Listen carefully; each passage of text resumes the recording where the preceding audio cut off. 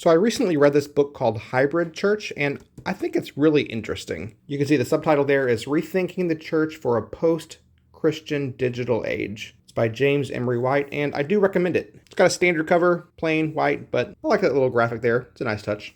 If you take off the cover, you find just a plain blue hardback book with light blue, kind of raised type. And I found this book to be insightful and challenging. If I flip through it, you can find that I did highlight it from time to time. Had some good quotes, some good reminders, some good things to put into practice in your ministry. Towards the end, I started highlighting and writing it even more. I did find the second half of the book to be better than the first half. The first half focused a lot on how we got into the position that we're in, and even focused on kind of like some history as well, like the Industrial Revolution, and why we now communicate now more than ever in a digital way. So he's kind of building this argument as it goes. But like I said, I like the second half even more. It really goes into detail of what a hybrid church might look like. He definitely doesn't recommend giving up on traditional church, but rather interweaving that with digital evangelism, and even allowing in some regard your digital church to be a church in its own right. It's definitely an interesting read. I can't say that I always agreed with him, but I always found it to be interesting. And even in the places where I disagree with him, like I said, it was challenging and helped me think through some of these things. Now, as far as the type itself,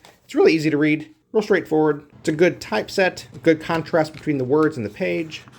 When I highlighted things on the page, even if I highlighted a lot, it didn't bleed through, which is always a nice touch. If you're a church leader thinking about how to expand your digital evangelism or even digital, church, I recommend it. Now, if you already have a well-established digital outreach program of some kind, you might not gain quite as much from this book. It's for people who want to think about how to implement digital strategies in their church. And even myself, who we already have quite a bit of that in our church, it was definitely challenging. Gave me a few ideas, so like I said, I recommend it.